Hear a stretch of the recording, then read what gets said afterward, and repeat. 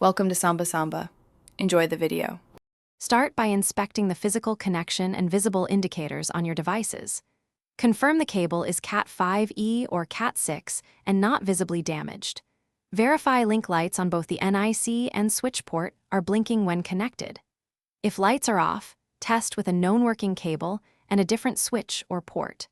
Replace cables longer than 100 meters or visibly frayed with a new Cat6 cable. Note the device port speed like 10/100/1000 to compare later in settings. Next, verify the network adapter configuration inside your operating system. Set the NIC speed in duplex to auto-negotiate or match 10/100/1000 if needed. Disable and re-enable the Ethernet adapter to refresh the driver state and hardware negotiation. Remove any static IP settings and test with DHCP to confirm automatic addressing works. Check that no proxy or VPN routes are forcing different traffic paths.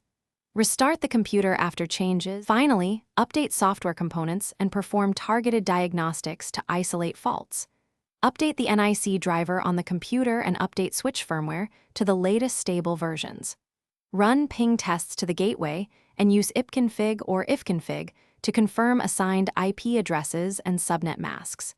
Use link diagnostics on the switch to view errors and collision statistics.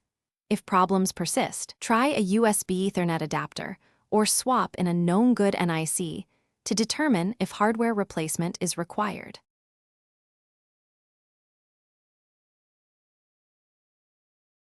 Thanks for watching. Consider subscribing if we helped you.